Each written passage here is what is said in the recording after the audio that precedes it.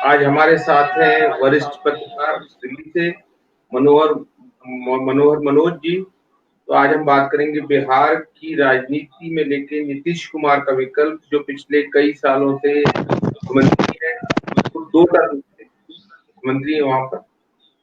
तो उनके बारे में बात करेंगे। तो मनोहर जी, आप क्या सोचते हैं इस बारे में? नीतीश कुमार का विकल्प कौन हो सकता है बिहार चुनाव? हाँ, नहीं, नीतीश कुमार जी ये तीसरी बार मुख्यमंत्री थे और तीसरी तकनीकी बार। तौर पे तो वो 5 बार मुख्यमंत्री बन चुके हैं। तो एक जी। तरह से उन्होंने लगातार 15 वर्षों का अपना कार्यकाल एक तरह से पूरा करने जाएंगे। और जी। यदि अगर वो इस चुनाव में विजयी होते हैं और विजयी होने के उपरांत उनको विधायक दल का या एनडीए के समर्थन के बाद अगर पुनः नेता चुना जाता है तो वो 6वीं बार मुख्यमंत्री पद की शपथ लेंगे। और तब वो हो सकता है कि वो 20 साल मुख्यमंत्री के पद पे बिहार में लड़ने का एक तरह से वो रिकॉर्ड भी बनाएं। देखिए, अभी चुनाव वहां पर होने जा रहे हैं अक्टूबर के अंत में और नवंबर के पहले सप्ताह में। तो अब प्रश्न जो है ये बड़ा तीव्र गति से विमर्श होने लगा है कि क्या नीतीश कुमार का वहां पर किसी और राजनीतिक विकल्प के आने की संभावना है। तो इसको लेकर के कयासबाजी लगाई जा रही है। कई तरह के सर्वेक्षण भी किए जा रहे हैं और राजनीतिक समीकरणों के आधार पर हर दल के जीतने और हारने की संभावनाओं का भी एक तरह से अंदाजा लगाया जा रहा है। देखिए, डेमोक्रेसी में प्रो इनकम्बेंसी और एंटी इनकम्बेंसी दोनों एक तरह से उससे जुड़े हुए पहलू होते हैं। कभी सरकार के पक्ष में हर तरह की आबो हवा होती है और कई बार सरकार के विपक्ष में भी हवा होती है। तो सबसे पहले तो जब चुनावों के टाइम में ये देखा जाता है कि किस किस दल का किसके साथ गठबंधन है, फिर उनके जीतने और हारने का अनुमान लगाना आसान हो जाता है। तो एनडीए में आपने देखा कि फिर से जनता दल यूनाइटेड और भारतीय जनता पार्टी के बीच समझौता हो चुका है और वहाँ की 224 सीटों में से दोनों दलों ने 112 नहीं, 240 सीटों में से 120 पर अ, सुनीते। उन लोगों ने चुनाव लड़ने का मन बनाया है। अब जनता दल यूनाइटेड अपने सीटों में से वो कुछ अपने सहयोगी दलों को दे सकता है और भारतीय जी। जनता पार्टी अपने सीटों में से बताया जाता है कि लोक जनशक्ति पार्टी को भी सीटें दे सकती है। जी। अब उधर जो दूसरा जो है वो आरजेडी का गठबंधन है, लेकिन आरजेडी के साथ इस बार आ, आ, ये उपेंद्र कुशवाहा और मुकेश सहनी जैसे गुटों के नहीं जुटने की बात बताई जा रही है। कांग्रेस पार्टी भी कहीं न कहीं अलग से चुनाव लड़ने का आलाप एक तरह से लड़ रही है। तो कुल मिला जुला करके इन दलों में एक मोलभाव हो रहा है। एक तरह से ज्यादा सीट पाने की एक तरह से उनकी एक रणनीति हो रही है। अगर हम मौजूदा सरकार जो नीतीश कुमार के नेतृत्व में एनडीए की सरकार है, अगर उसके खिलाफ अगर लहर की बात करें तो ये बात जी। ठीक है कि जब लॉकडाउन पिछले मार्च महीने में लाया गया जी। तो उस दौरान जिस तरीके से बिहार के करीब 25 से 30 लाख प्रवासी मजदूर जो देश जी। के अनेकानेक हिस्सों में लॉकडाउन की वजह से फंस गए थे, एक तरह से वहां पर ट्रैप हो गए थे और उनके कहीं आने जाने पर एक तरह से रोक लग गई थी। आवागमन की जी। सुविधाएं नहीं थी, रेलें, बसें और हर तरह की चीजें बंद की जा चुकी थी। तो उस समय हमारे श्रमिक वर्ग में एक तरह से निराशा का माहौल आया कि उनको इस आपदा काल में, विपत्ति काल में अपने मनमाफी कहीं भी रहने और रुकने की आज़ादी मिलनी चाहिए थी, जिस आज़ादी को नरेंद्र मोदी ने एक तरह से लॉकडाउन घोषित करके ले लिया। और बिहार के मुख्यमंत्री नीतीश कुमार ने भी उस निर्णय का समर्थन किया और उन्होंने कहा कि प्रवासी मजदूरों को बिहार में आने की ज़रूरत नहीं है क्योंकि इससे बीमारी के फैलने का खतरा होगा। और उन्होंने यह घोषणा की कि 1,000 रुपये सबके खाते में हम भेज रहे हैं। फिर जो है पैनिक स्थिति मची और आपने देखा कि दिल्ली के आनंद विहार बस टर्मिनल पर एकाएक जो है करीब 4 से 6 लाख लोगों की मजदूरों की भीड़ इकट्ठी हो गई, जिनमें से ज़्यादातर लोग बिहार के थे। और ये बताया गया कि दिल्ली के मुख्यमंत्री और जनता दल यूनाइटेड में शामिल हुए प्रशांत किशोर की मिलीभगत थी, जिससे नीतीश कुमार पर एक तरह से दबाव डाला जाए और उन्हें एक तरह से बदनामी भी हो कि वो मजदूर विरोधी हैं। लेकिन उसके बाद भी, लॉकडाउन के बाद भी, 2 महीने के बाद जब सरकार ने निर्णय लिया कि स्पेशल ट्रेन चलाई जाएंगी, तब भी बिहार के मुख्यमंत्री थोड़ा सा मजदूरों को बुलाने को लेकर आनाकानी करते रहे। लेकिन बड़े लिमिटेड वे में मजदूरों का आगमन हुआ, तो मजदूरों में बड़ी निराशा फैली, एक तरह से रोष फैला कि अपने ही प्रदेश में और अपने ही घर में जाने की छूट नहीं मिल रही है। तो इससे निश्चित रूप से नीतीश कुमार सरकार के खिलाफ और नरेंद्र मोदी केंद्र सरकार के खिलाफ निश्चित रूप से एक वातावरण बना। क्योंकि और आपने अगर कुमार सरकार की बात की है, तो मैं यहाँ पे एक बहुत महत्वपूर्ण मुद्दा देखूंगा कि बड़े जो प्लांट हैं, चाइना में करीब 3 लाख से ऊपर प्लांट्स हैं कंपनियों के। उसमें से जो बड़े प्लांट्स हैं वो 1,000 प्लांट भारत, मतलब सबसे पहले जापान ने कहा कि भारत शिफ्ट हो जाइए, हम पैसा इशू कर रहे हैं, उन्होंने रिलीज भी कर दिया मनी। और उसके बाद अमेरिका ने भी बोला और कुछ यूरोपियन कंट्रीज ने भी बोला। उसमें से 1,000 प्लांट के इंडिया आने की बात चल रही थी। 200 प्लांट यूपी में आने वाले थे, कुछ प्लांट नेचुरली बिहार में भी जाते। तो एक जो बेरोजगारी की समस्या है, उससे किस तरह निपटा जा सकता था अगर ये हो जाता? बात तो ठीक है। अब हमारे प्रधानमंत्री ने तो उस समय एक बयान दिया कि हम जी कोविड-19 महामारी के खिलाफ निपटने में, यानी जिस तरीके से हमने पूरे देश को एकाएक समूचा लॉकडाउन में ला दिया, जिस तरीके से बड़े कड़े दिशा निर्देश लागू कर दिए गए, तो हम दुनिया को सरप्राइज करेंगे कि हमने कोविड-19 को कैसे नियंत्रित किया। और जी दूसरा, उन्होंने यह भी कहा कि कोविड-19 की वजह से दुनिया के सभी देशों की अर्थव्यवस्थाओं का हाल खस्ता हुआ है। उसे देखते हुए हम भारतीय अर्थव्यवस्था का जो रिवाइवल करेंगे, और उन्होंने एक सो कॉल्ड रिवाइवल पैकेज भी लाया था 25 लाख करोड़ की लागत से। वो एक तरह से इन्वेस्टमेंट, री इन्वेस्टमेंट, कर्ज और एक तरह से डेट और रीडेट वाला एक तरह से वो कदम था। तो उन्होंने कहा हम दुनिया को सरप्राइज करेंगे। लेकिन जब आंकड़े आए जीडीपी के, तो पता चला कि दुनिया के सबसे वर्ष पिछड़े देशों खराब। में भारत का स्थान आया। क्योंकि हमने बहुत पहले लॉकडाउन ला दिया, और करीब 2 महीने का लॉकडाउन था, और उसके नहीं, बाद यहाँ में मैं जो है। आपको यहाँ एक चीज थोड़ा हाँ। सा जोड़ना चाहूंगा आपकी बात में। सौम्या स्वामीनाथन है जो डब्ल्यूएचओ की चीफ साइंटिस्ट, उनका कहना है डब्ल्यूएचओ ने कभी भी ये नहीं बोला कि पूर्ण लॉकडाउन कर दिया जाए। हम्म। और ये कई देशों ने एक्सट्रीम स्टेप उठाए, जबकि अमेरिका जैसे देश में मुझे जहां लगता है भारत ने एक्सट्रीम स्टेप उठाने वालों में, हालांकि हाँ ऑस्ट्रेलिया जरूर था। ऑस्ट्रेलिया ने बड़ी जल्दी से मैंने कंप्लीट लॉकडाउन किया था। लेकिन बड़े देशों में, विकासशील देशों में, जहां ये चीजें इतनी आसान नहीं होती, जहां पर कि 30 से 40 करोड़ लोग on the run, on the move, on the travelling side होते हैं, जी वहां अचानक से ये लॉकडाउन लाना निश्चित रूप से बड़ी दुश्वारी भरा काम था। कई लोग कहीं छोटे से ट्रिप में गए, कोई चीज ऑर्डर लेकर के गए, कोई परीक्षा देने गए, कोई यहाँ पर छोटी ड्यूटी करने गया, या थोड़े से ट्रेवलिंग टूर पर गया। पता चला कि लॉकडाउन में वो उसे कहीं ना कहीं जैसे तैसे एक तरह से ट्रैप होके रहना पड़ा। और ट्रैप होकर के पौने 2 महीना, पहले तो ये 3 हफ्ते, फिर उसके बाद 1 महीने, 3-3 हफ्ते करके, दो तीन तीन बार वो बिल्कुल इफेक्टिव रूप से लागू किया गया। तो आप बिल्कुल अच्छा सही फरमा रहे हैं कि सौम्यानाथन ने जो बताया था, स्वामीनाथन ने, वो बिल्कुल ठीक कहा था कि आप सेंसिबल लॉकडाउन लाइए, सेलेक्टिव लॉकडाउन लाइए, जिससे कि इकट्ठे होने की पॉसिबिलिटीज पर रोक लगे, न कि आप नॉर्मल प्रोसेस में सारी चीजों को लॉकडाउन करें। तो इसका बिहार की बात हो रही थी, तो बिहार में बड़ा जबरदस्त रोष था। लेकिन उसके बाद में ट्रेनें चलने लगी, मजदूर वहां जाने लगे। उसके बाद में जो उनके लिए आइसोलेशन जो कैंप बनाए गए, उसमें उन्होंने मजदूरों में लुंगी बांटा, पैसे दिए, खाने का इंतजाम किया। तो पता चला कि उनमें एक तरह से उन्होंने लोगों का विश्वास फिर से जीत लिया है। तो आज विकल्पों पर बात हो रही है। अब पता नहीं, एक हमारे पत्रकार साथी ने आज ये बताया है कि नीतीश कुमार की हालत बड़ी खस्ता है और उन्हें केवल 30 से 40 सीटें मिलेंगी।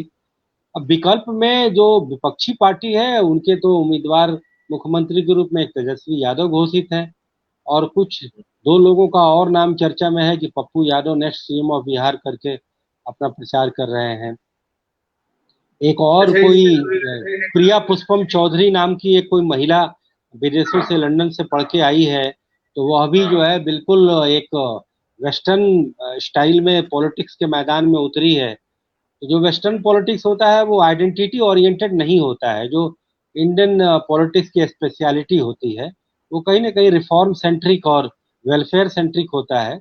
लेकिन भारत की राजनीति में जमीनी सच्चाई है कि आइडेंटिटी पॉलिटिक्स जातियों, धर्मों और कुनबों में बटे समाज को कोई भी पार्टी उसे बिना भुनाए नहीं मानती है। मनी मसल का एलिमेंट बिल्कुल लागू होता है, और उम्मीदवारों के नाम पर केवल राजनीतिक दलों के शीर्ष नेताओं के प्रति जो लॉयल उम्मीदवार होते हैं उन्हीं को केवल चयनित किया जाता है। तो पॉलिटिकल रिफॉर्म के तो अनेकानेक इशू हैं, लेकिन नीतीश कुमार के जब विकल्पों की बात आती है तो थोड़े देर के लिए बिहार का निवासी होने के नाते मन में एक सिहरन जरूर होती है। अगर नीतीश नहीं तो फिर कौन? अगर हम लोकतंत्र के वजह से हम आलोचना के लिए बिल्कुल स्वतंत्र हैं, और जाहिर सी बात है कि जिस बिहार में कभी अपराधियों की सत्ता चलती थी, जहां पर 2500 साल से 1 इंच सड़क तक का निर्माण नहीं होता था, वहां भी लोग बोलते थे और कई लोग चुप रहते थे। सामाजिक न्याय के आगे कोई भी उनके मन की मुंह की घिघी बनी हुई थी। आज की तारीख में 15 सालों में इतने सारे काम पिछले तुलना में करने के बावजूद, अगर लोगों की स्वतंत्रता है कि वो हजारों कमियां निकालते हैं और वो कमियां सच भी हो, लेकिन अगर नीतीश नहीं होंगे तो कौन होगा? कौन उसकी पात्रता रखता है, कौन योग्यता रखता है? अगर कोई योग्यता रखता भी है तो पिछले अनुभव बड़े ही सिहराने वाले हैं, डराने वाले हैं। क्योंकि नीतीश के पिछले 15 सालों का शासन कम से कम इस बात में एक मन में एक ठंडक और बड़ा ही एक खुशगवार एहसास देता है कि आज वह जो भी कुछ दिख रहा है बिहार में, वो पिछले 15 सालों का ही करतूत है। हो सकता है वो जो दिख रहा है वो बहुत पर्याप्त ना हो सकता है वहाँ बहुत इंडस्ट्री ना आ पाई हो सकता है कि वहाँ पर श्रमिकों का पलायन नहीं रुका हो सकता है कि वहाँ पर एजुकेशन सेंट्रिक और ढेरों सारे इंस्टीट्यूशन और लगने की पॉसिबिलिटीज थी, वो नहीं हो पाया हो। लेकिन तमाम जन कल्याण कार्यक्रमों, मसलन की सड़क और ग्रामीण सड़कों का निर्माण, मसलन की शिक्षा की स्थिति, शिक्षा में कम से कम नेटवर्क, फिजिकल इंफ्रास्ट्रक्चर काफी डेवलप हुआ।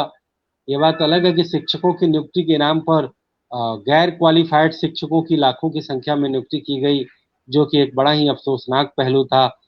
परंतु इसके अलावा वहां पर काफी सारे काम हुए। अगर नीतीश कुमार के प्रति अगर एंटी इनकम्बेंसी का माहौल आता भी है तो क्या वो स्थिति पुनः लौटेगी? या ठीक है कि आरजेडी के निवर्तमान नेता तेजस्वी ठाकुर ने आरजेडी के पिछले शासन के लिए माफी मांगी। उन्होंने यह भी कहा है कि हम सरकार में आते ही 10 लाख लोगों को नौकरी देने का फैसला लेंगे। तो कैबिनेट में बोल देने से तो बड़ा आसान है, लेकिन अर्थशास्त्रीय तरीके से 10 लाख रोजगार कैसे पैदा होगा? इसके लिए जो है योजना बनाने में और उसका पूरा मॉड्यूल बनाने में आपके पसीने छूट जाएंगे। आप 5 साल में भी गारंटी तरीके से नहीं नौकरी पैदा कर सकते, उसकी पूरी मॉड्यूल बनानी पड़ेगी कि रोजगार आधारित उद्योगों का सृजन, रोजगार आधारित सरकारीकरण की हर एक तरह गतिशीलता का एक तरह से शुरुआत। तो एम्प्लॉयमेंट ओरिएंटेड पहल की जा सकती है, एम्प्लॉयमेंट ऑडिट की जा सकती है। एम्प्लॉयमेंट ऑडिट का मतलब ये है कि कहाँ कहाँ रोजगार और सृजित करने की संभावना है। उसके लिए एम्प्लॉयमेंट पॉलिसी भी बदलना पड़ेगा। परमानेंट एम्प्लॉयमेंट देने की जो पॉलिसी है उसी वजह से सरकारें अब अपने यहाँ खाली पदों पर भी जल्दी रोजगार नहीं देती हैं, क्योंकि उन्हें जो है अस्थाई नौकरी से तौबा है। जो लोग अस्थाई नौकरी में आते हैं वो सरकार के दामाद बन के रह जाते हैं, नॉन वर्क कल्चर होता है और उन पर सरकार कोई कार्रवाई नहीं कर पाती है। तो एक टेम्पोररी या कैजुअल या कॉन्ट्रेक्चुअल जॉब की पॉलिसी ला करके 10 लाख नौकरी दी भी जा सकती है, लेकिन उसके लिए विजन चाहिए, उसके लिए बहुत बड़ा दायरा चाहिए। तो आरजेडी जो मुख्य प्रतिद्वंदी है या तेजस्वी ठाकुर उनके मुख्यमंत्री के रूप में जो चुनौती दे रहे हैं, उस दल के पास, उस नेतृत्व के पास कितना विजन है, यह कह पाना बड़ा मुश्किल है। जिस राजनीतिक दल की पूरी विसात जातिवाद पर आधारित है, पूरा इक्वेशन जो है वो समाज के एक तरह सोशल इंजीनियरिंग पर आधारित है, जहां हर पॉलिटिकल निर्णय जाति को ध्यान में रख करके लिया जाता है और पॉपुलिज्म के आधार पर लिया जाता है, वहां नीतीश कुमार के विकल्पों की यदि बात आती है तो थोड़ा सा बिहार के लिए स्थिति बड़ी ही भयावह हो जाती है। क्योंकि आज बिहार में जो कुछ भी दिख रहा है, जो नजरों के सामने आया है, वो that is totally attributed to Nitish Kumar.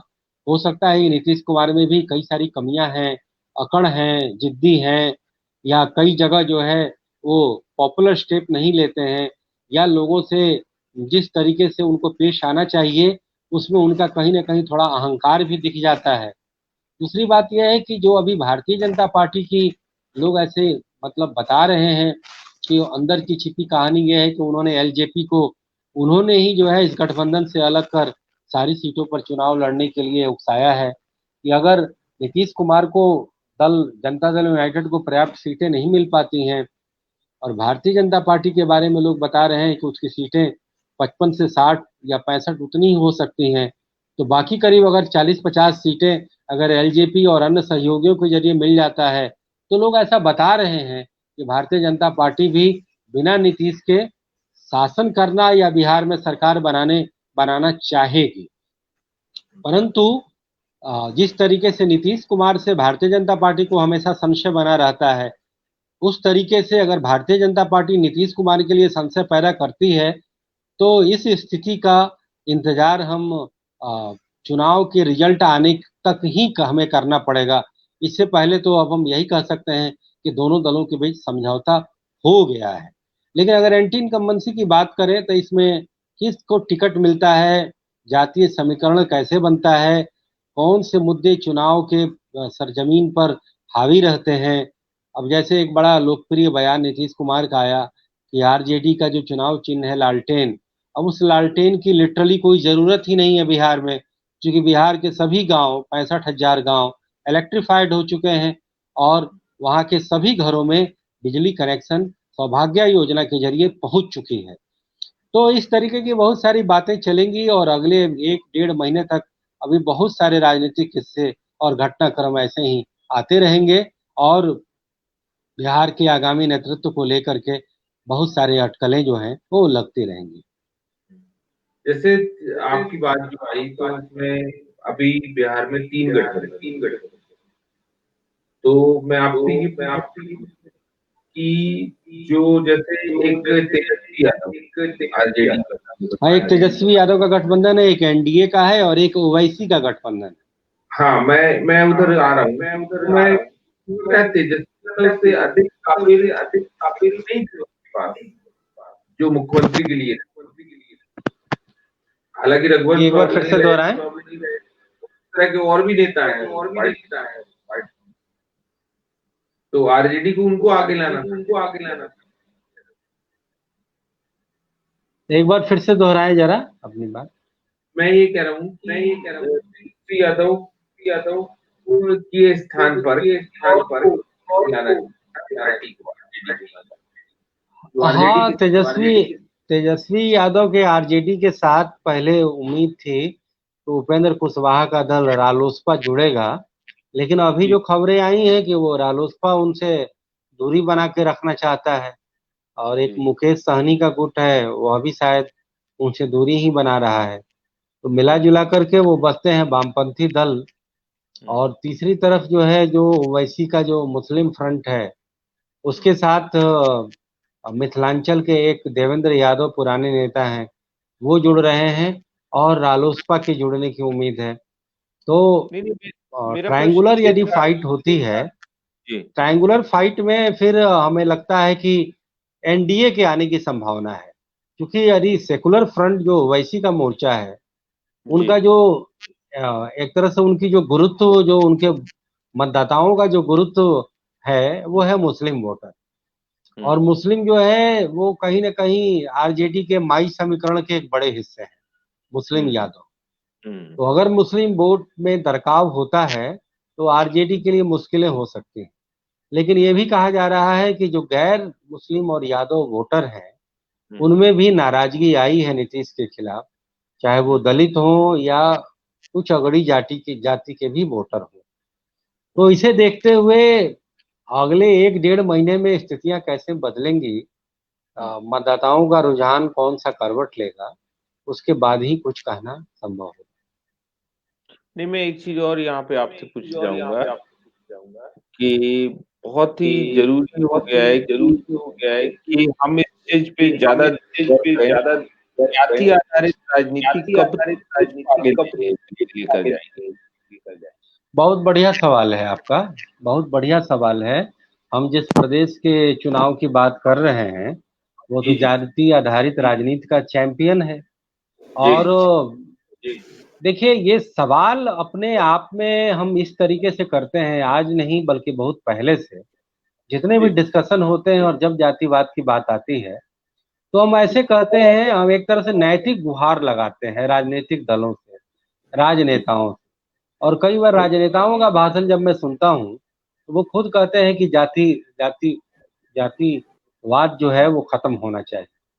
वो जब बड़े सेफ होते हैं और कोई अच्छे भाषण की तकरीर करते हैं तब वो ऐसी बातें करते हैं। लेकिन जब ये राजनीतिक दल चुनाव के स्ट्रेटजी बनाते हैं, व्यूह रचना बनाते हैं, हर एक राजनीतिक दल हर चुनावी सीट के लिए पूरा जातीय आंकड़ा इकट्ठा करके और उसके बाद से किस जाति को टिकट देना उपयुक्त है उसी के आधार पर ही टिकट देते हैं, कोई क्राइटेरिया नहीं होता है। मेरा मानना है कि जाति आधारित ही राजनीति केवल नहीं बल्कि सभी पहचान आधारित राजनीति, भारत में सांप्रदायिकता के आधार पर की जाने वाली राजनीति, समुदाय के आधार पर, जाति के आधार पर राजनीति, जो समुदाय के आधार पर राजनीति के चैंपियन हैं वह भी जातिवादी राजनीति के भी चैंपियन हैं। उनको केवल समुदाय पर जो है वोट करने से उनका काम नहीं चलता है, वो अभी जातिवादी राजनीति करते हैं। मैं बात भारतीय जनता पार्टी की कर रहा हूँ। हाँ, ब्राह्मण और बनिए की गुरुत्व जाती है और वो भी एक एक कॉन्स्टिट्यूएंसी पे जाति को ध्यान में रखते हैं।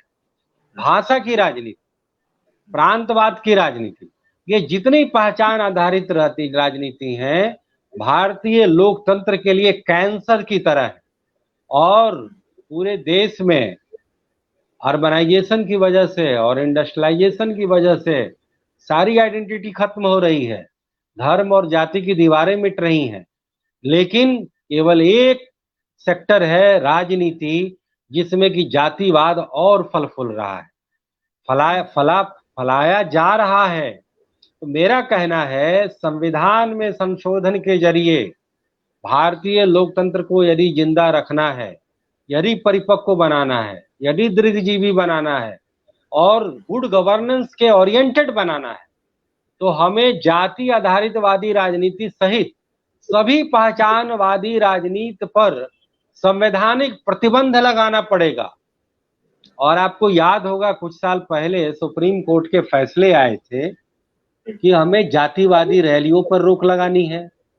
उसमें फैसला आया था कि मनी और मसल एलिमेंट पर, तो मसल पर तो रोक लग गया।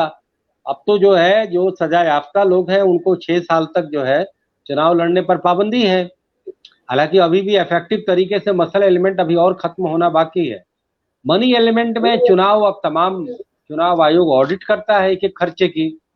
अब हालांकि जिस दिन चुनाव होता है, जिस दिन मत डाले जाते हैं, उस दिन के जो खर्चे होते हैं वो चुनाव की ऑडिट में नहीं आ पाता।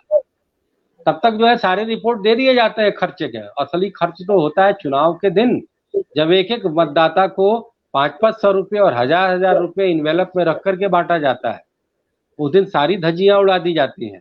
तो मनी, मसल और आइडेंटिटी एलिमेंट पर आपको संवैधानिक प्रतिबंध लगाना होगा। हम प्रतियोगिता वाली राजनीति करते हैं, बहुदलीय राजनीति की प्रतियोगिता है और बहु कैंडिडेचर की प्रतियोगिता है, मल्टी कैंडिडेचर का कंपटीशन होता है। तो इस कंपटीशन के लिए तो कैंडिडेट के लिए भी आप एलिजिबिलिटी तय करिए, यह भी लोकतंत्र की मांग है। जब राजस्थान और हरियाणा में तीसरे टायर का जब चुनाव होता है तो उन्होंने जो है 12वीं या ग्रेजुएट उन्होंने इसके लिए क्राइटेरिया रखा, और उस क्राइटेरिया का असर ये आया कि राजस्थान के और हरियाणा के सरपंच पंचायत के चुनाव में जेएनयू के पढ़े लोग, बड़े बड़े सॉफ्टवेयर इंजीनियर पंचायत के प्रतिनिधि बने। अब वहां के पंचायतों की क्वालिटी में कितना सुधार आ जाएगा, आप समझ जाइए। तो हम पूरे डेमोक्रेटिक रिप्रेजेंटेशन को जब तक क्वालिटी सेंट्रिक नहीं बनाएंगे, आइडेंटिटी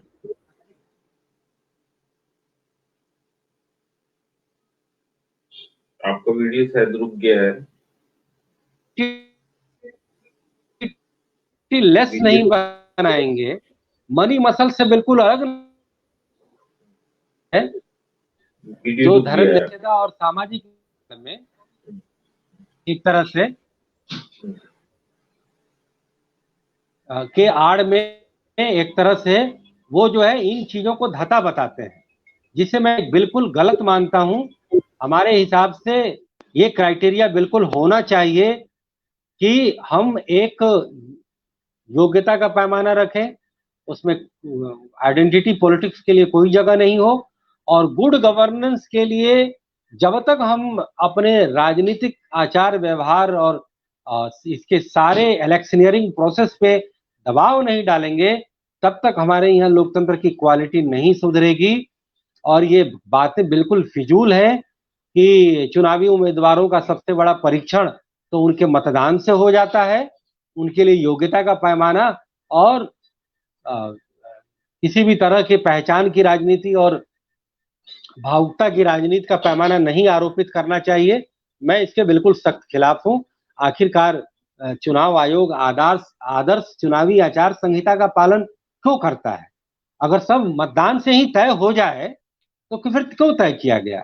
संसद को भी कुछ नियमों और कानूनों के साथ चलना पड़ता है कि नहीं? अगर केवल चुनाव ही लोकतंत्र का एकमात्र आधार होता तो लोकतंत्र के जो 4-5 और जो प्रिंसिपल हैं कि चुनाव का रूल ऑफ लॉ होना चाहिए, सेपरेशन ऑफ पावर होना चाहिए, क्या बोलते हैं, अभिव्यक्ति की स्वतंत्रता होनी चाहिए, न्यायपालिका का स्वतंत्र होना चाहिए, तो केवल अगर मतदान और चुनाव ही सब कुछ सही था तो ये सब प्रिंसिपल क्यों आखिर लाए गए? तो हमें अगर लोकतंत्र को बेहतर बनाना है तो आइडेंटिटी की राजनीति को संवैधानिक रूप से प्रतिबंधित करना होगा। और मैं तो ये करीब 1 दशक से अपने तमाम टीवी डिबेट में इस बात को उठाता रहा हूं, लेकिन आजकल तो पूरा टीवी डिबेट का कैरेक्टर बदल चुका है। अब केवल शोरगुल, या तो ब्लैक में आपको बोलना है या व्हाइट में बोलना है, या तो ना में बोलना है या हाँ में बोलना है, लेकिन बिटवीन द लाइन इतनी सारी चीजें हैं, उसको हमने बिल्कुल तिलांजलि दे दी है।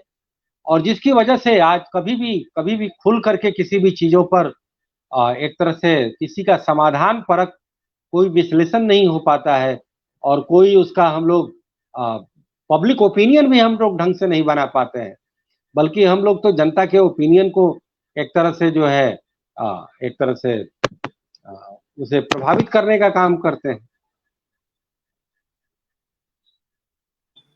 एक बड़ा अच्छा सा क्वेश्चन मैं आपसे पूछना चाहूंगा इसमें जी में, जैसे आपने बताया कि लोग कहते हैं कि बिहार के लोग पॉलिटिकली बहुत साउंड है, तो जिस स्टेट के लोग पॉलिटिकली बहुत साउंड हैं वहां पर जाति आधारित राजनीति इतनी तेज से कैसे पनप गई?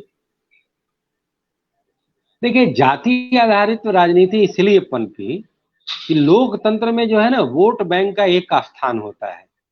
एक मुश्त जहां भी वोटर हो जाते हैं, लोकतंत्र के लिए वो एक बहुत बड़े उम्मीदवार के लिए वो एक तरह से उनका एसेट होता है, उनके एक तरह से बने बनाए ग्राहक हो जाते हैं। जैसे कोई बिजनेस का प्रोडक्ट लॉन्च होता है और अचानक उसको एक मुश्त कोई अपने बने बनाए ग्राहक मिल जाते हैं, तो जाति वही बने बनाए ग्राहक का काम करता है।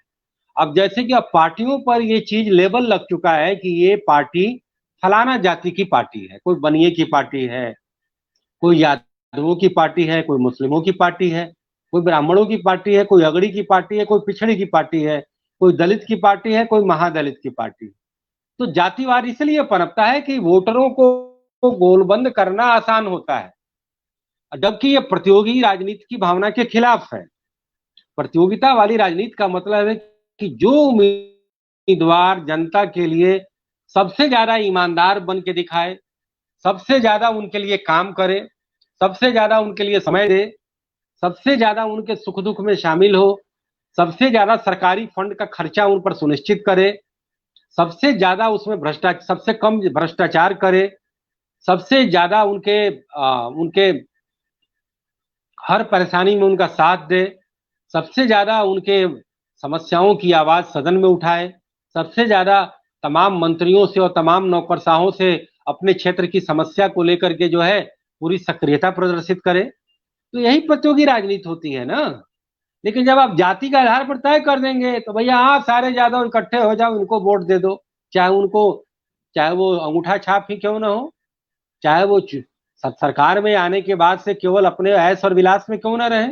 लोगों को इससे मतलब नहीं, लोगों को दिलों को केवल गुदगुदाने वाला होना चाहिए कि हमारे जाति का मुख्यमंत्री बना है। तो भैया ये जातिवाद तुम और चीजों में भी क्यों नहीं कर लेते हो? सब चीज में जातिवाद करो, लेकिन राजनीति में ही जातिवाद सबसे ज्यादा है, क्योंकि राजनीतिक दलों के द्वारा, राजनीतिक उम्मीदवारों के द्वारा और कहीं न कहीं मीडिया के द्वारा जातिवाद को प्रश्रय दिया जाता है। मीडिया में भी अब इस तरीके की एक तरह से एक परिपाटी बन चुकी है कि जब भी चुनाव टिकट दिया जाता है तो उस उम्मीदवार की जाति के आधार पर, उस चुनावी क्षेत्र में जातियों की जनसंख्या के आधार पर ही सारा विश्लेषण किया जाता है, क्योंकि ये ट्रेंड और ट्रेडिशन दोनों रहा है और उसी ट्रेंड और ट्रेडिशन को जो है हम आज भी जो है आगे बना करके चलते हैं। तो बिहार में जहां तक राजनीतिक जागरूकता की बात है तो राजनीतिक जागरूकता गलत चीज नहीं है, लेकिन राजनीतिक धूर्तता बड़ी खराब चीज है कि हम जो है सच्चे दिल से, साफ दिल से जनता के जनसेवी उम्मीदवार बन करके राजनीतिक दीवानगी को प्राप्त करें, लेकिन ये चीजें बिहार में तो नहीं दिखाई देती हैं। लेकिन इसी बिहार में मैंने देखा है, लोग बताते हैं कि लालू ने गरीब गुरबों को जबान दी। लालू ने जातियों का राजनीतिकरण बड़े शानदार ढंग से किया, जातियों का राजनीतिकरण, यानी कि जो राजनीतिक जो सीटें मिलती थी विधानसभा और लोकसभा में, वो केवल कुछ चंद जातियों को मिला करती थी, जिसमें ऊंची जाति और कुछ दबंग पिछड़ी जातियां होती थी। लालू ने जब वो अपनी जातियों का एक अच्छा खासा कुनबा सफलतापूर्वक संचालित करने की रणनीति बनाई, तो उसने ये पाया कि हमें उन जातियों की पहचान और तलाश करनी है जिनके मतदाता तो काफी हैं, लेकिन उनके प्रतिनिधि को टिकट नहीं मिलता, जैसे मछुआरा जाति, जैसे कि मुजहर जाति, अलग अलग उन्होंने जातियों की पहचान बड़े अच्छे तरीके से की और उनके नेता को जो है चुनावी टिकट प्रदान कर दिया। तो चुनावी टिकट देने के मामले में लालू बड़े उदार थे, वो उनकी उदारता एक तरह से राजनीतिक चालाकी थी, वो उनके पक्ष में रची गई बड़ी बेहतरीन राजनीतिक व्यूह रचना थी, जिसके आधार पर बिहार में वो एक तरह से बहुमत हासिल करते रहे। लेकिन किसी एक जाति के किसी एक नेता को ही आप टिकट देंगे, उनके लाखों और करोड़ों की संख्या में जो लोग हैं उनका भला तब करेंगे जब आप उनके लिए बेटर गवर्नेंस करेंगे। तो वो चीज तो टोटल नदारत था लालू के राज में, टोटल नदारत था। अब आप कहते हैं कि मैंने तो आवाज दी, जबान दी, अरे काहे का जबान दी? जिसके खाने को पैसे नहीं, जिसके हाथ में रोजगार नहीं और जिसके पास कोई काम नहीं और जहां हर जगह रिश्वतखोरी और घुसखोरी का मामला हो, जहां सरकार और जनता में क्या वास्ता है इसका रत्ती मात्र कोई नजारा नहीं दिखता हो, तो वो जबान का मतलब क्या है? आपने ज्यादा से ज्यादा उनके प्रतिनिधि को संसद और विधानसभा में भेजकर उनके लिए एक बहुत बड़ा सपना तो जरूर ला दिया, लेकिन उन लाखों लोगों को आवाज तब मिली है जब नीतीश कुमार के सरकार में प्रेजेंस ऑफ गवर्नेंस सुनिश्चित हुआ है। नीतीश कुमार ये कहते थे कि हमारे पास एब्सेंस ऑफ गवर्नेंस नहीं है, जो पहले एब्सेंस ऑफ गवर्नेंस था, अब हमने गवर्नेंस को प्रेजेंट में ला दिया है, हमने गवर्नेंस को एक तरह से उपस्थित कर दिया है लोगों के सामने। और फिर सरकार के जितने महकमे होते हैं वो अपने आप जब काम करेंगे तो सरकार, पब्लिक को अनाज भी मिलता है, रोजगार भी मिलता है, सड़क भी मिलता है, पेयजल भी मिलता है, शिक्षा भी मिलती है, स्वास्थ्य भी मिलता है, और जो है अलग अलग जितनी कल्याण योजनाएं, चाहे वो लड़कियों को साइकिल देना हो, या फिर जो है नल जल उपलब्ध कराना हो वगैरह वगैरह।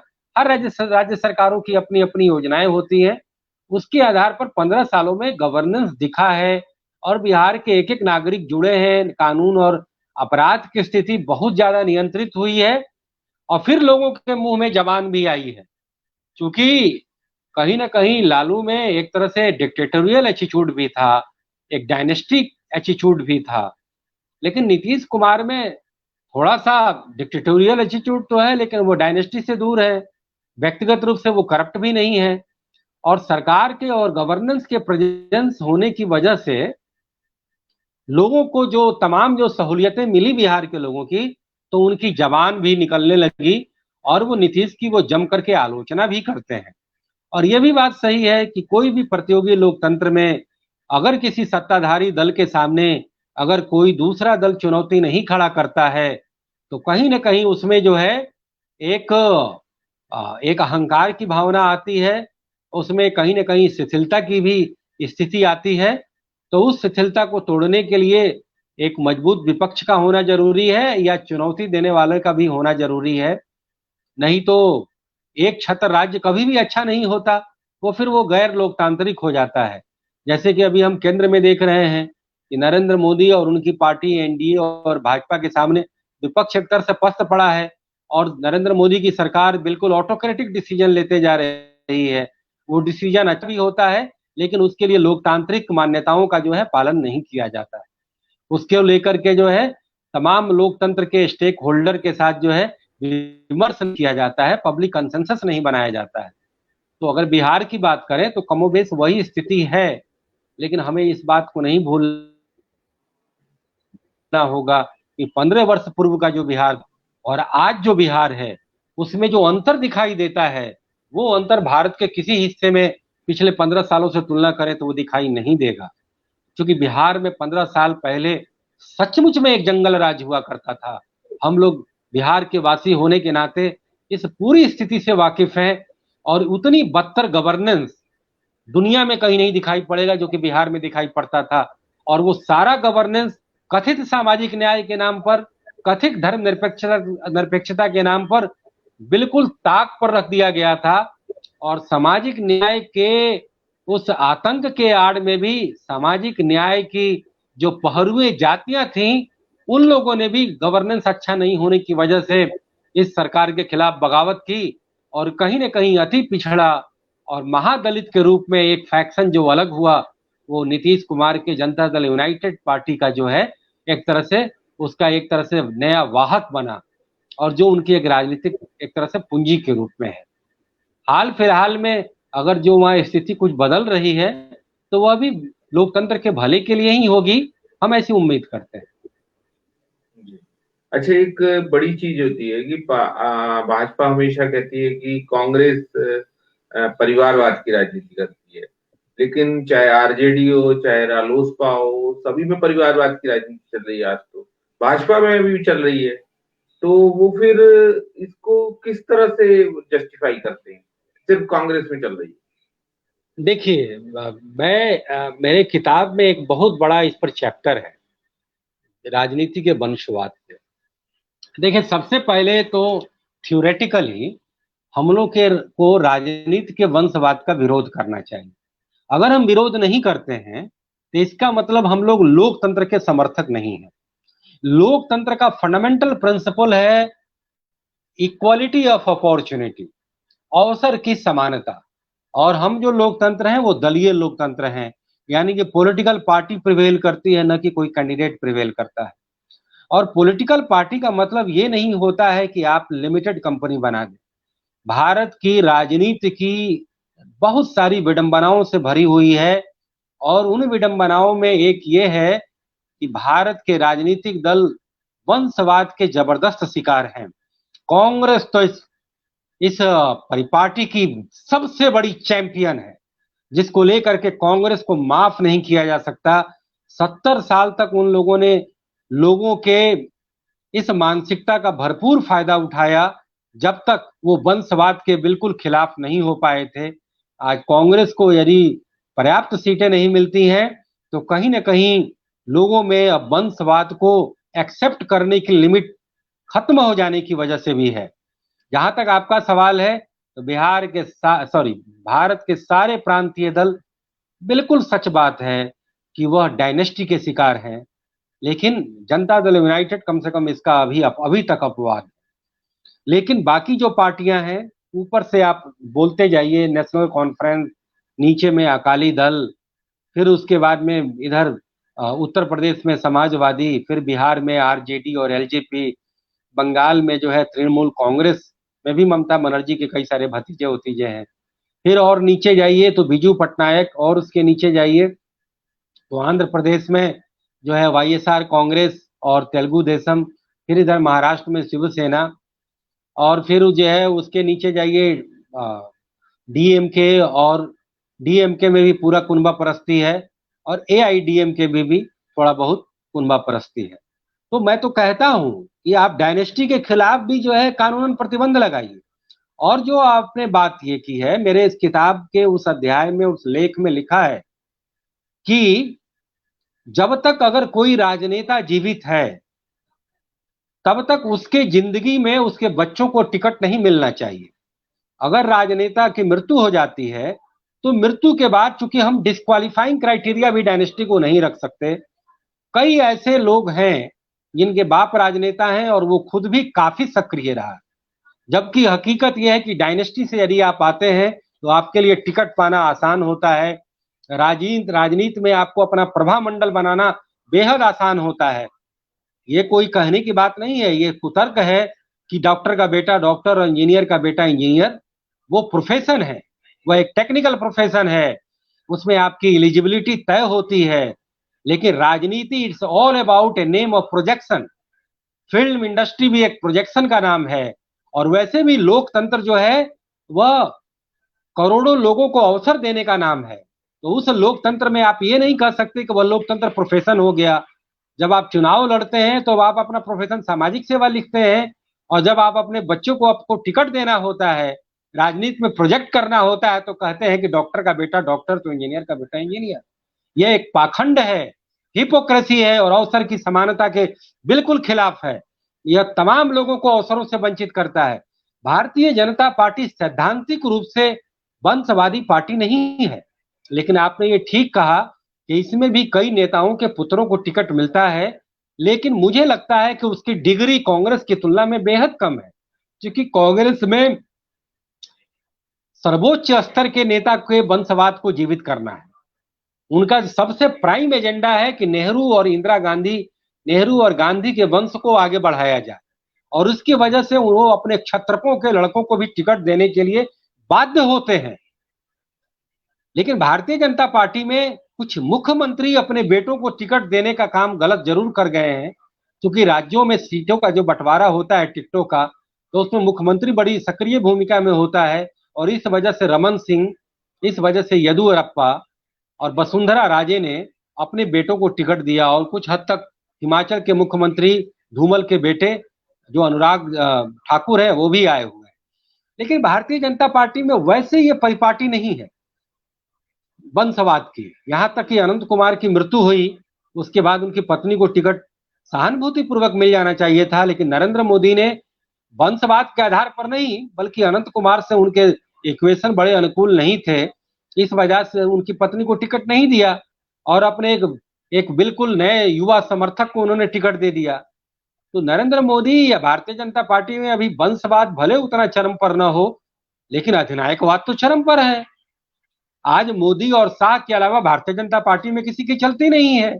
तो आंतरिक लोकतंत्र का क्षोभ होना भी लोकतंत्र के खिलाफ है, जो भारतीय जनता पार्टी में अभी दिख रहा है। तो मैं इसलिए कहता हूं कि लोकतंत्र खाना पूर्तिवाद का दूसरा नाम है। It has become a cracy of formality. ये एक फॉर्मलोक्रेसी बन चुका है, जिसमें कि सारे नियम और कानून के केवल औपचारिकता बस पूरा किया जाता है। जो बड़ा नेता और शीर्ष का नेता जो चाहता है वही काम किया जाता है, और बाकी सब खाना पूर्ति में दिखा दिया जाता है, मीडिया को बस बता दिया जाता है। नहीं तो लोकतंत्र का हरण डायनेस्टी भी करता है और ऑटोक्रेटिक लीडरशिप भी करती है।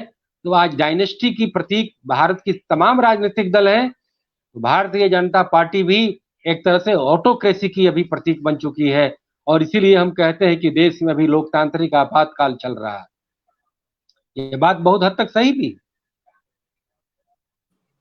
मैं आपसे एक चीज और पूछना चाहूंगा यहाँ पर कि एक बड़ा वर्ग है जो वोटिंग नहीं करता है आमतौर पे हमारे यहाँ, खासकर पढ़ा लिखा तबका, हाँ, वो सही वोटिंग कह करने रहे से हैं, बिल्कुल बचता सही है। कह रहे हैं। ऐसा क्यों होता है और उसके ना करने से एक क्या मतलब संदेश देखिए, जाता मुझे है लगता है सोसाइटी पॉलिटिकल रिफॉर्म के कई सारे इशू हैं। में? पढ़ा लिखा तबका वोटिंग नहीं करता है, उसके मन में कहीं ना कहीं एक निराशा का भी भाव है कि जो उम्मीदवार खड़ा है वो अयोग्य है।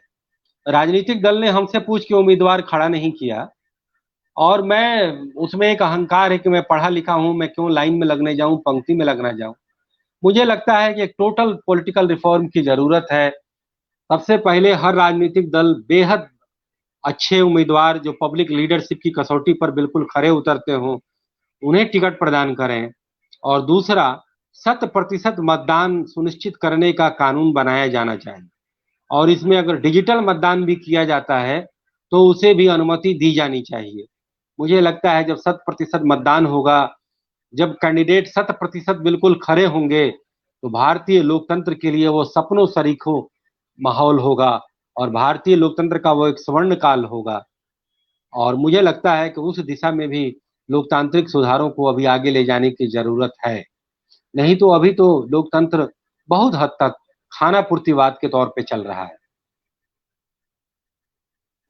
एक बहुत चलते चलते मतलब आपसे लास्ट क्वेश्चन वही जो हम जहां से हमने शुरू किया था, क्या 10 करोड़ की जनसंख्या में नीतीश कुमार का विकल्प नहीं है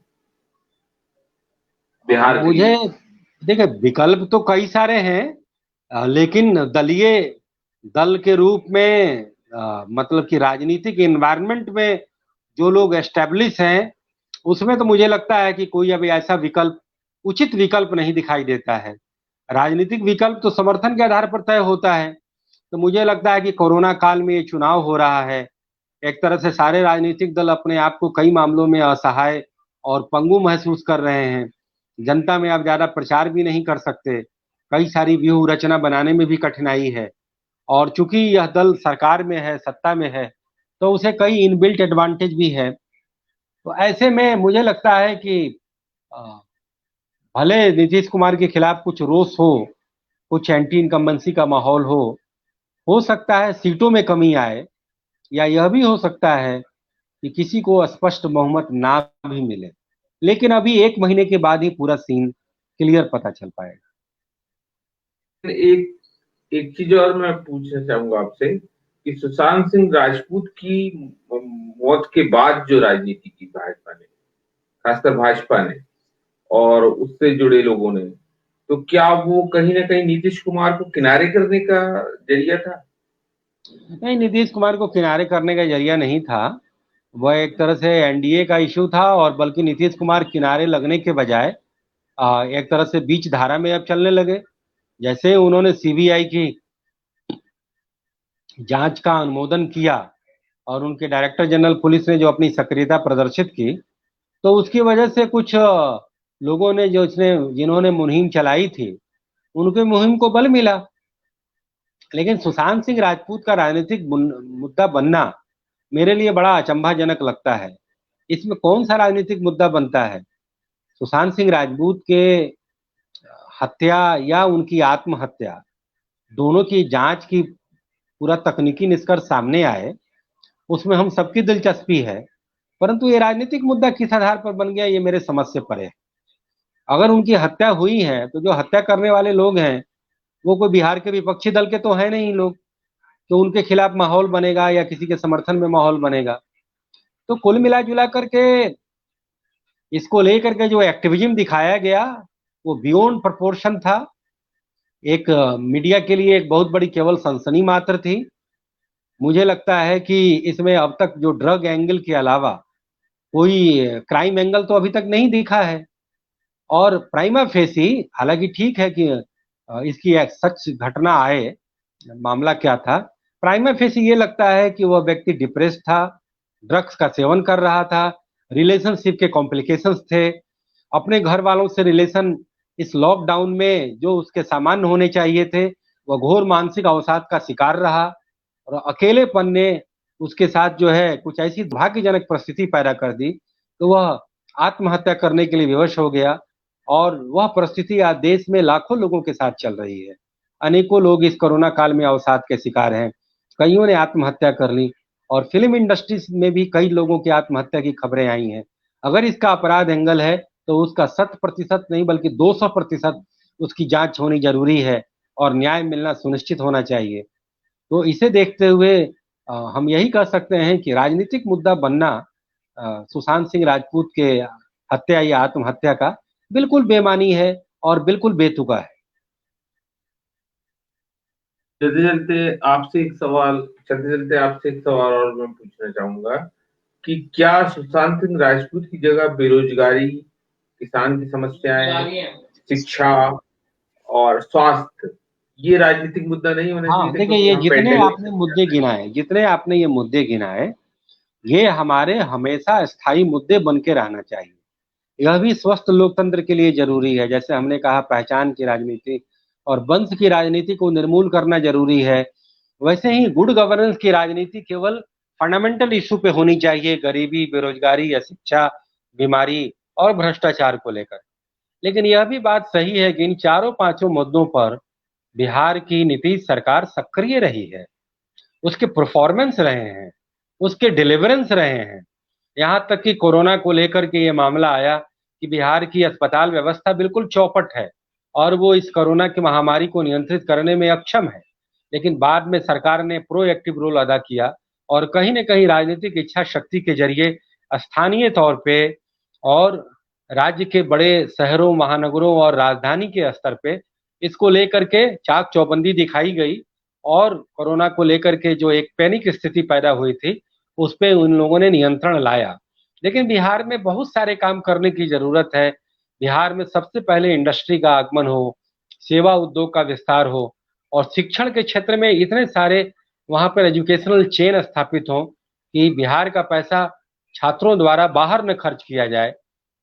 इसके अलावा फूड प्रोसेसिंग इंडस्ट्री को लेकर के या और भी कई सारी चीजों को लेकर के बिहार में विकास की संभावनाओं को अभी और तलाशा जा सकता है। लेकिन इसके लिए नीतीश कुमार को कुछ बियॉन्ड प्रोपोर्शन और आउट ऑफ बॉक्स जा करके कुछ डेवलपमेंट थिंकिंग करनी होगी, जिसके तहत उन्हें बिहार में इन्वेस्टमेंट बढ़ाने के लिए कुछ बेहद महत्वाकांक्षी योजना ले आनी पड़ेगी। कहीं ना कहीं कुछ कुछ मामलों में नीतीश कुमार अपने इंडिविजुअल एक तरह से कुछ अपनी चीजों को ले आते हैं और कहीं ना कहीं वो थोड़ा सा अकड़ दिखाते हैं, जो कि लोकतंत्र के लिए उचित नहीं है। और जाहिर है कि चुनाव में तो वो अकड़ नहीं दिखेगा, लेकिन जब वो शासन काल में आते हैं तो वो कुछ अपना इंडिविजुअल अकड़ दिखाते हैं जो उचित नहीं है। और बाकी अगर ये मुद्दे अगर फिर से बनते हैं तो मुझे लगता है कि तेजस्वी यादव की पार्टी के लिए कम से कम उनका पास्ट दिखाने के लिए कुछ नहीं है। अगर वो आने वाले दिनों में अगर कुछ वो दिखाना चाहते हैं तो उसकी पूरी विजन क्लियर करें तो अच्छा रहेगा। मनोज जी से बात करके बहुत ही अच्छा लगा और उन्होंने बहुत सारी चीज बताई और सबसे बड़ी चीज जो उन्होंने बताई, आउट ऑफ बॉक्स जाके सोचना होगा। बिहार में बेरोजगारी खत्म करनी होगी और उसके लिए रोजगार इंडस्ट्रीज बुलानी होगी, रोजगार पैदा करना होगा, लोगों को वहां जो रखना होगा, बिहार के लोगों को बिहार में काम मिले। ये मैं सारे स्टेट के लिए मैं सोचता हूँ और आपसे बात करके वाकई में बहुत मजा आया। बिहार को अलग तरीके से समझने का मौका मिला। अभी तक प्रवक्ताओं से बात कर रहा था मैं, तो प्रवक्ताओं से एक पार्टी का व्यू मिल रहा था, लेकिन आज मुझे जमीन का वो मिला जायजा। तो उसके लिए बहुत बहुत धन्यवाद आपका हमारे साथ जुड़ने के लिए। ओके, फिर मुलाकात होगी। बिल्कुल। ओके।